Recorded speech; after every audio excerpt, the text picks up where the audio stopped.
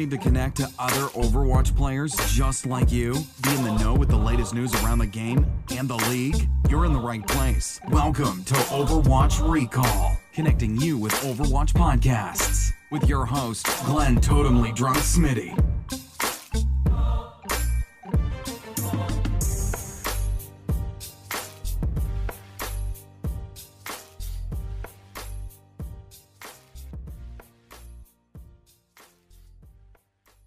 Today is Thursday, November 29th, and I am joined by one of the hosts from On the Flank, which is a competitive Overwatch podcast. So joining me today is John Geroge.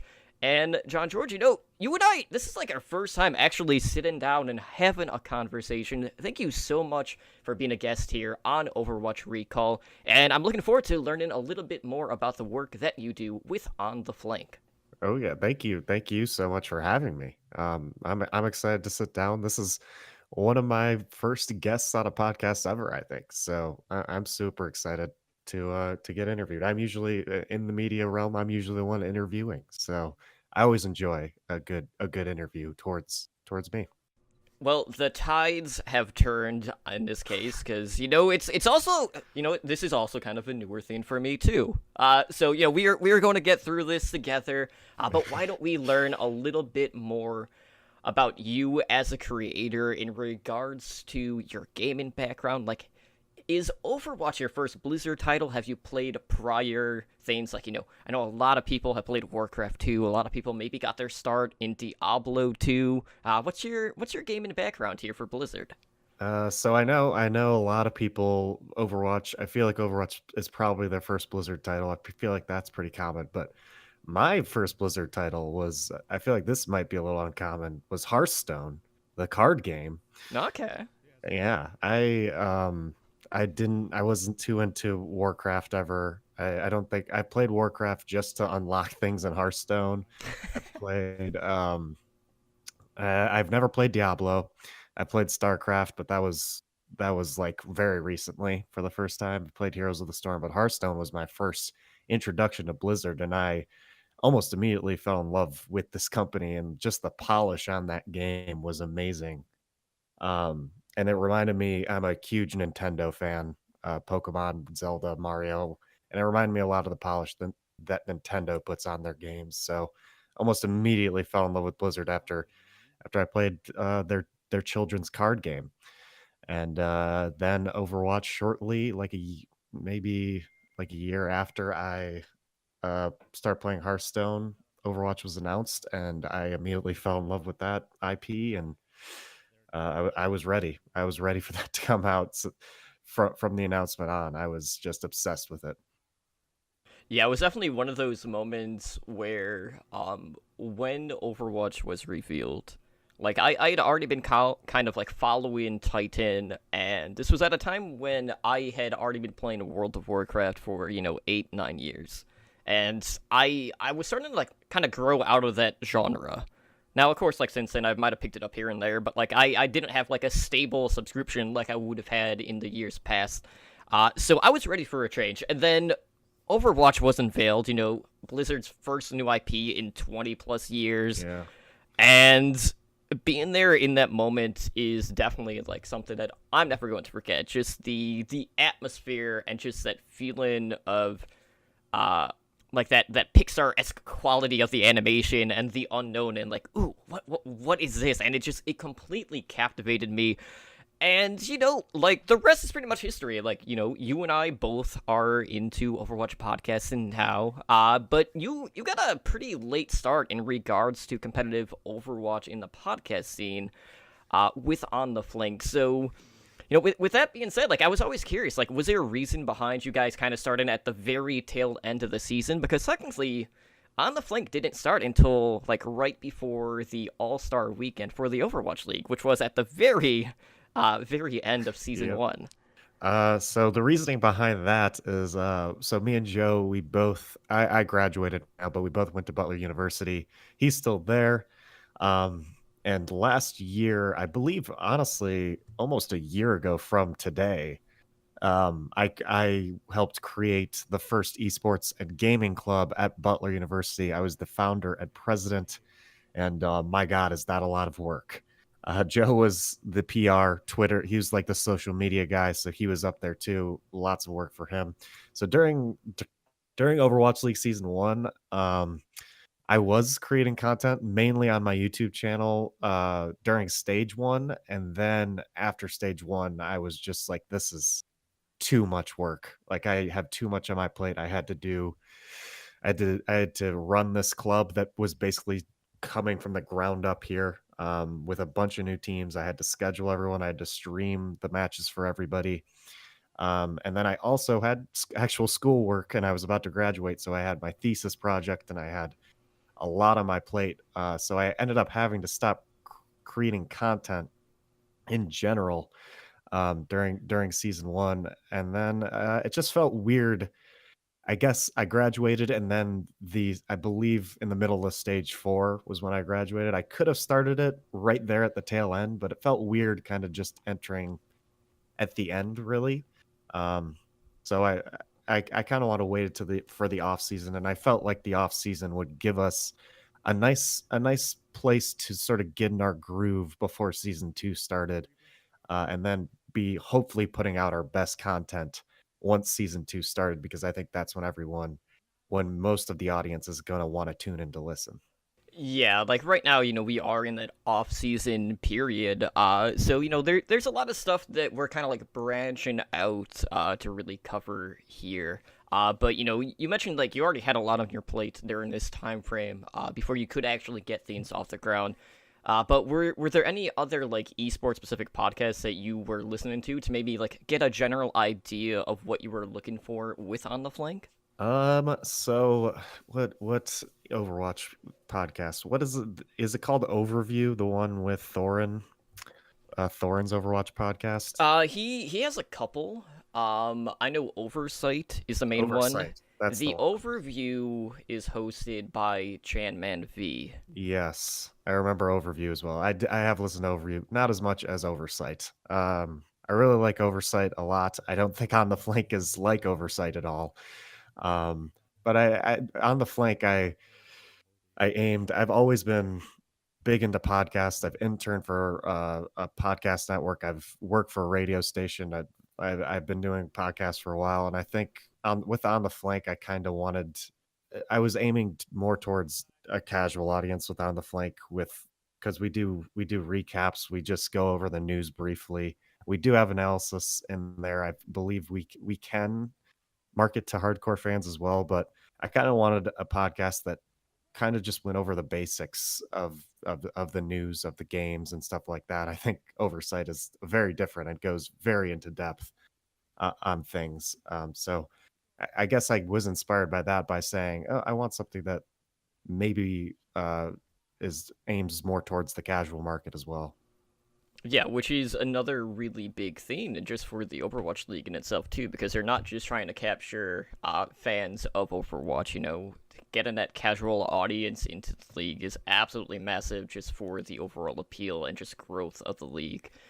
So maybe reaching out to a little bit more of these people that might only be tuning in, maybe to follow one team or a couple of teams, but isn't going to be necessarily a die-hard fan and tuning in every game, because that is a lot of time commitment, and I'm sure you feel that as well when you're trying to catch up on everything. And Yeah. right now it's even worse just with the amount of contenders that is going on. But that is besides the point. So you mentioned that really your core audience that you're looking for is more of the casual crowd. So in regards to episodes of On the Flank, what can your listeners expect to hear when tuning in? Like, what's your general episode flow? So we usually start every episode out, if there was events or matches in the past week, we'll start out by recapping those, basically talking about the results, what it means, who we thought was impressive, stuff like that. And then if there's matches upcoming, we'll talk about those. When World Cup was going on, we were talking about that. With contenders, we go over it a little more briefly, mainly because Joe doesn't have time to watch contenders as much as I do, but I'll go over what I saw. Um, and we'll do predictions every so often, and then after talking about matches, We'll just go over the news, which in the off season has been our main segment almost because of the amount of news. Just player pickups, the team branding announcements, all this different stuff. And if you want a podcast to listen to where we debate colors for about 30 minutes, then this is the podcast for sure. Because with these team branding reveals, I personally am just super into team branding for some reason. So we've been grading those, and then we usually end the show if the news hasn't uh, already completed the hour we usually do.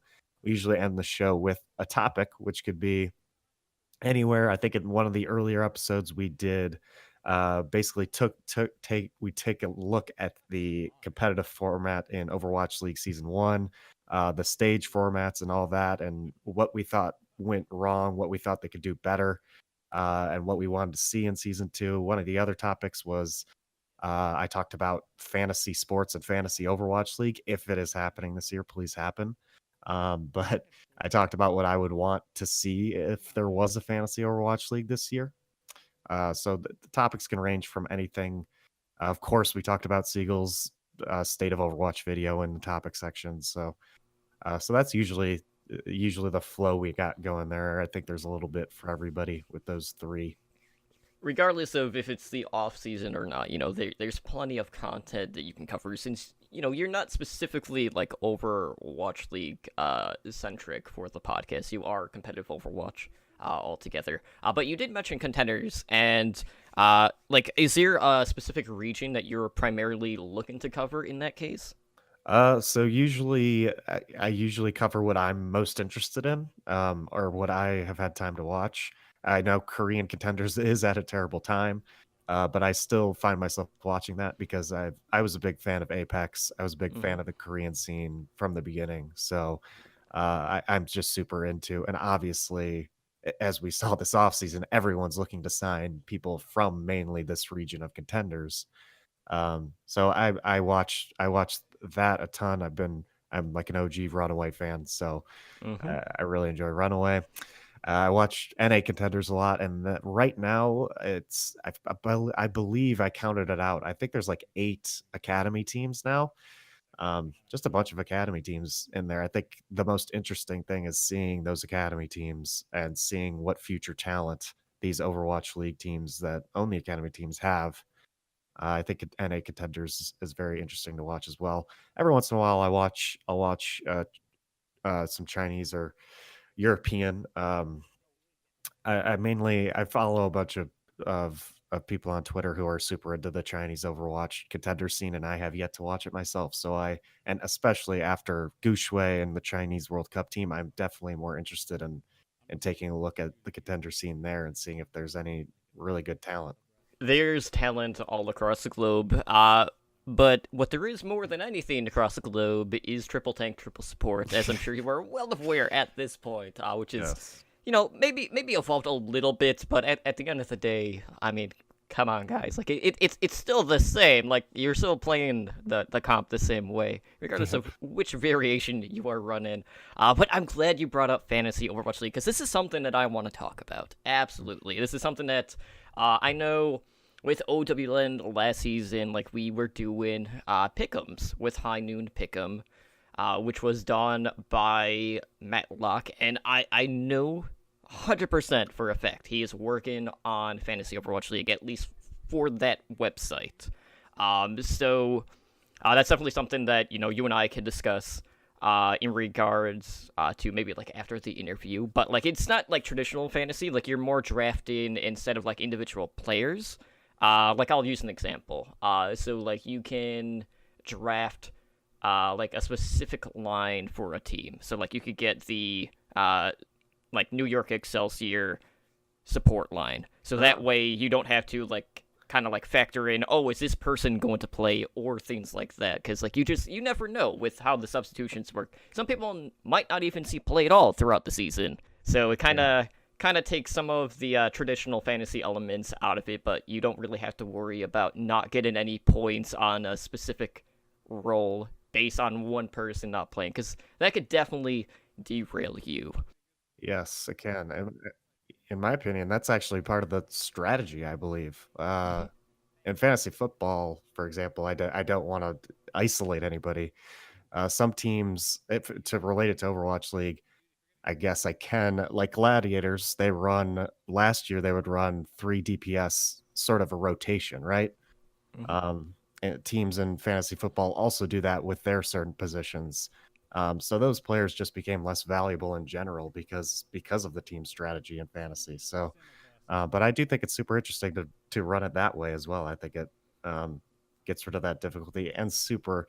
It's always super annoying in fantasy sports when you're like, why is my team sitting this player? This is the Mhm. player I need to do well. So it does get rid of that frustration for sure.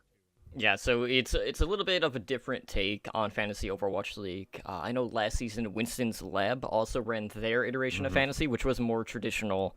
But they also kind of agitated the community a little bit because there were a couple of times in the middle of the season that they decided to kind of change up their scoring system. So right now, like we're still waiting for like an official OverwatchLeague.com fantasy. We haven't really heard anything about it. But like we know it's on their radar. It's just a matter of when is it going to get implemented. But by the sounds of it, it sounds like this is something that you want to be participating in whenever it does officially get underway.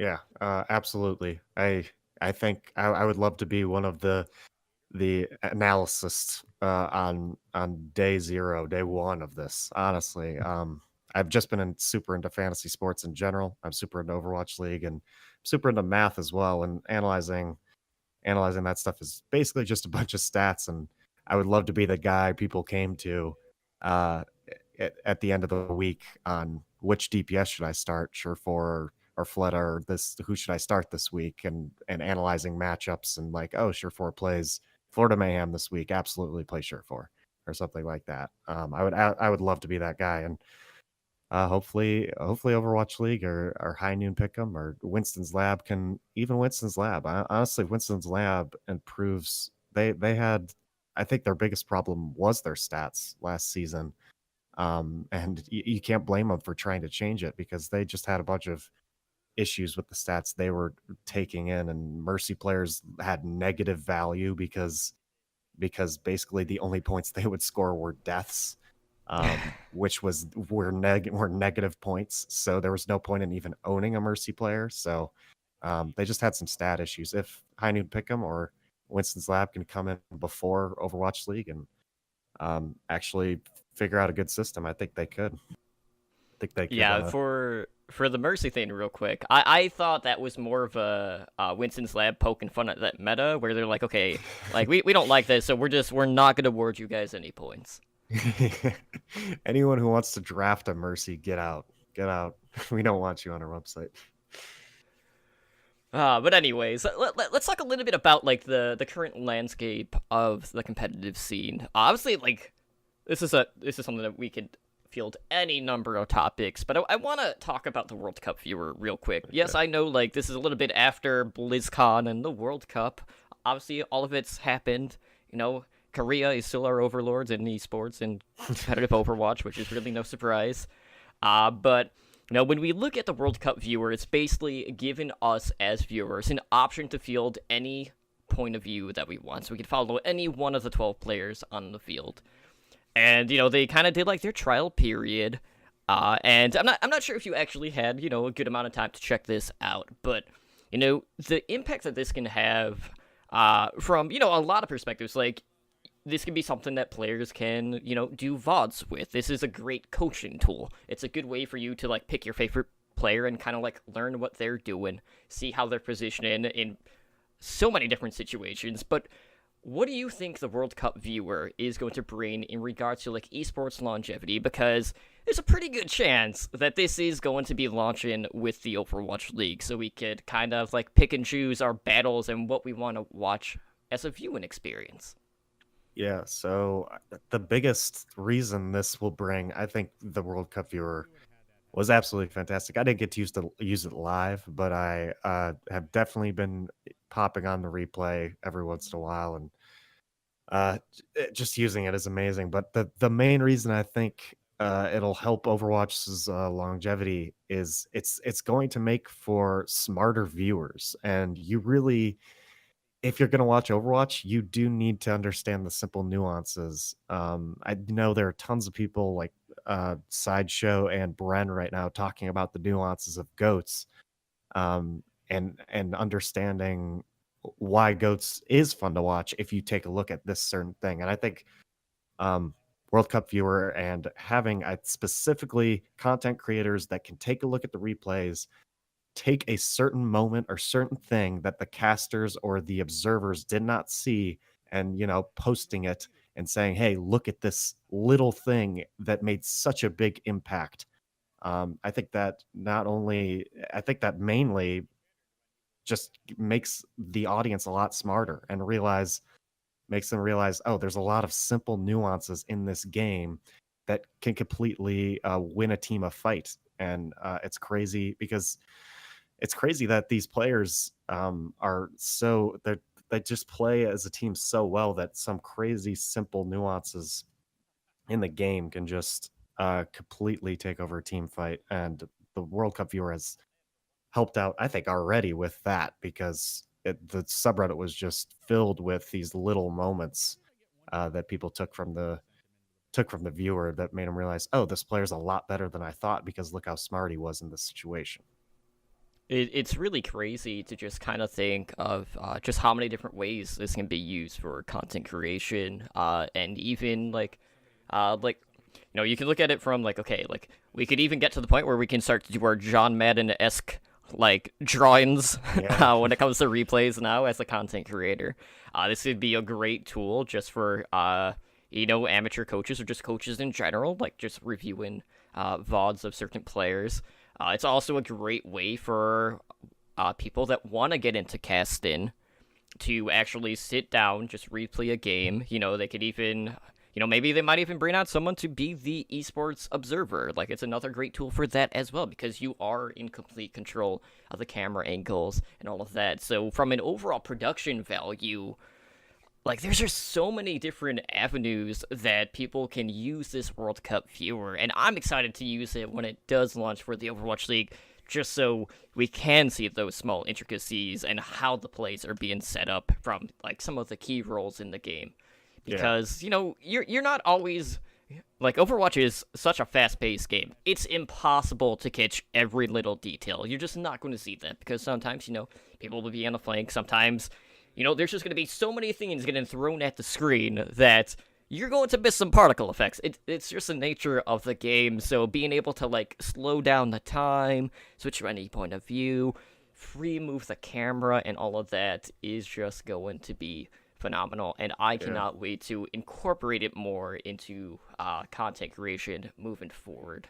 Definitely, me as well. And yeah, now that you mentioned coaches using it, that is actually huge too, because I think this makes the contenders, everyone. I think this. I mean, it will mainly be for Overwatch League, obviously. I think this makes the Overwatch League teams a lot better, mainly because they have a lot more information about the other teams. I think we just see these teams improve as time goes on with this thing as well.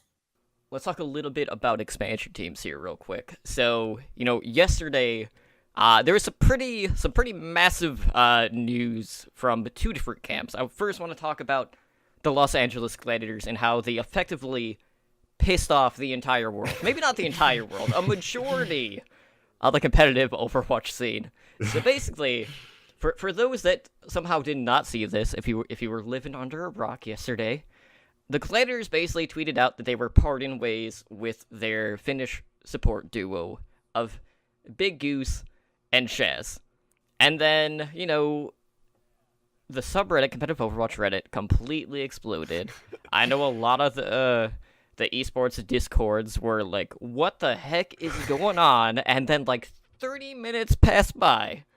A full half an hour, and then they just pulled, the rug from underneath us, and they're just psych, debated. We actually signed another Finnish support player, that being another member of Team Giganti, just like Shaz and Big Goose, that being Reaper. So, we're in a day and an age where we have seen, especially in Overwatch League and just competitive Overwatch, where some social medias are not handled well. Obviously, probably the first thing that would come to mind in recent times would be Toronto Esports or ex-Toronto Esports, with all of that shenanigans. But how were you feeling with that initial tease of, okay, we're saying goodbye to one of your more stable lines for the Gladiators? I think it's brilliant. I really do. Great Bamboozle Part 2. I don't know. You got everyone's attention just for this new support player that you've gotten now. Basically, that's my favorite reveal of the entire offseason by far. Mainly because it's crazy. Like, imagine, I don't know. It's like NYXL dropping like Pine and Sabielby or something. It's just like crazy. You're like, this is such a good support line. Why would you ever get rid of it? But yeah, I think you're right. It did piss off the entire world except like LA Valiant fans who were like, yes, Gladiators suck now. But yeah, I thought that was amazing. I like tweeted out how shocked I was, and then immediately after my tweet, the LA Gladiators tweeted out their big debate, and I was like, oh, wow. But that was just crazy. I was in shock. I think everyone was in shock because it just made no sense as to why they would do that. But it was an amazing, great Bamboozle Part 2 by the Los Angeles Gladiators right there. I loved it. And it kind of overshadowed another announcement that was kind of made yesterday, and that was Vancouver's Overwatch League team kind of like teasing potential branding and colors, because we do know, that deadline day for having 8 people on your roster is coming up. That is next week, actually, December 1st. Vancouver is going to announce at the Canucks game at one of the, I think they're like doing an event there at one of the bars at the arena. And, we kind of saw, like, these claw marks on the screen in the video that they were posting, and we got, like, a pretty, like, green and blue, maybe not, like, Vancouver Canucks colors. They were a lot more brighter. Then we heard, like, this cat-like roar in the background, essentially. So, Vancouver's interesting because, yes, we all know the rumors. Like, there's no secret to that. And we know that the Runaway team mom is not with the new Runaway roster right now in Contenders Korea. She went someplace cold. I mean, hockey rinks are pretty cold, so is Canada. I'm just saying. But like it's been interesting kind of like watching this because, you have people at like the Vancouver airport kind of like camping out trying to see if they can spot people, and it's very little intrusive, I'm not gonna lie, but like it is what it is. But like we're expecting like an overall reveal. Like, we've seen potential leaks which probably aren't true, but with what we have seen so far out of Vancouver and the teases that they gave us yesterday, what are your thoughts on at least that initial color and potential like names for the brand that they could be using for that team? Blue. So as I said earlier on the podcast, I'm a color man. I love grading colors and criticizing colors, especially. That's one of my favorites. But blue and green, I know everyone's sick of blue, but blue and green is, I think, something we need in this league for sure. I love the Vancouver Canucks colors. I love something like the Seattle Seahawks and the NFL's colors. And based off of, I think, what leak was it? The Vancouver Titans. I liked how it looked on I think it was Brigida and someone else. I like those colors on the skins as well. It looks like they got a little more neon than the leak, which is fine with me. I like the blue and green. And as far as the cat roar, some people are talking Vancouver Grizzlies, which I would like a lot. If it's a cat themed team, I believe the Overwatch League needs a cat themed team. I'm from Detroit. We got the Detroit Lions. We got the Detroit Tigers. I love the cat theme. So if we get the Vancouver Tigers or something like that, I'll take that as well. But yeah, it could be a cat. It could be any wild cat. But Grizzlies would be cool too. I would like the Vancouver Grizzlies. I would love that. Right now, I'm more leaning towards something that is more of a cat. I'm thinking maybe Cougars would be. Yeah, that would be cool. the Van Cougars. Hashtag. Van Cougar. Oh my God, that is actually brilliant. I would love the Cougars. So I guess we will just wait with bated breath to find out, one, if all of the rumors about Runaway are true going to Vancouver, because if that is the case, I know I am 100% behind it. I've been a Same runaway here. fanboy since really their inception. Same with Lunatic High. So I am all in on Vancouver, even with Hanzhou Spark completely stealing their colors, which Yeah. I that don't even get me started on that because I saw that and I was like, no, they didn't. Not to say that Vancouver would have given, Runaway their, respective colors. I don't think that was actually going to happen, but it's just like, really, really, Spark, Disrespect. you've gone and done it now. Huge disrespect out of the Spark camp. You don't like it. Yeah, I don't think Vancouver would have taken blue and pink in the end because they've had blue and green as their Twitter color for ever. So it's been like 2 months, I feel like, since they made their Twitter. So with that being said, obviously, there's a lot of anticipation for, these other off-season sign-ins. And, Season 2 is still quite a bit of ways, but when we look at this off-season period and some of the sign-ins that have been made, or, are rumored to be getting signed here very soon, who are you looking at in regards to Overwatch League rookies that you feel are going to have the biggest impact in Overwatch League in Season 2?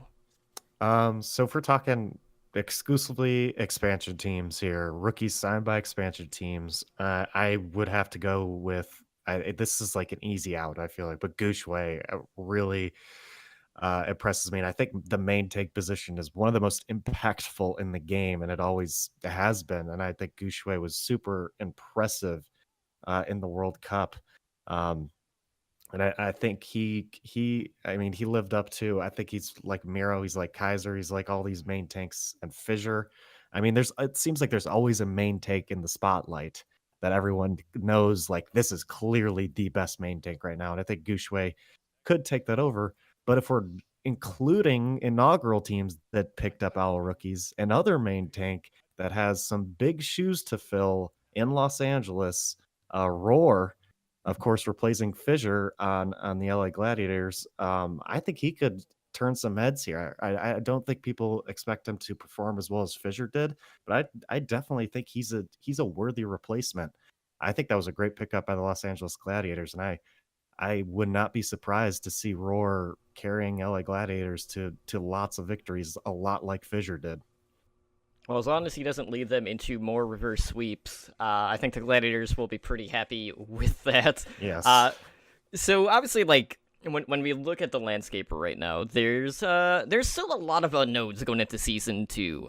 There's a lot of storylines that are going to carry over from Season 1 into the new season. Like, for example, New York kind of like added more firepower from Excel to Academy. They called up Nanohana, aka Flower, who's back to using his flower name for the 18th time, and they picked up Nene also from Excel too, and there's still a lot of question marks about, okay, is this team good enough to win a championship? Because maybe they got a little too arrogant, maybe they sandbagged, who knows? Like, it's hard to say, but they didn't really adapt to the later metas in Season 1. You could look at a team like Dallas Fuel, who had their best stage in Stage 4 after Aero was picked up to serve as their head coach. And obviously, they have maybe not made as many changes to that roster that a lot of people were expecting them to do, just based off the overall season that they had. You obviously have a lot of eyes on the Shanghai Dragons, who completely restructured that team after going 0-40. And if the rumors are true, like, a Chinese team is going to get their first win in the debut day of Overwatch League Season 2. So, Yeah. that's exciting. But what are you specifically looking at in regards to some of these storylines heading into the new season? I'm definitely looking forward to Shanghai. I think their team, I like their offseason a lot. I think they picked up a great team. I do, I, do- it's going to be a close match versus they're playing. Are they rumored to play Hangzhou, right? Yeah, they're rumored to face the Spark. Yeah, both those rosters look good to me. But I like the Shanghai, the nice little storyline there with Shanghai redemption arc.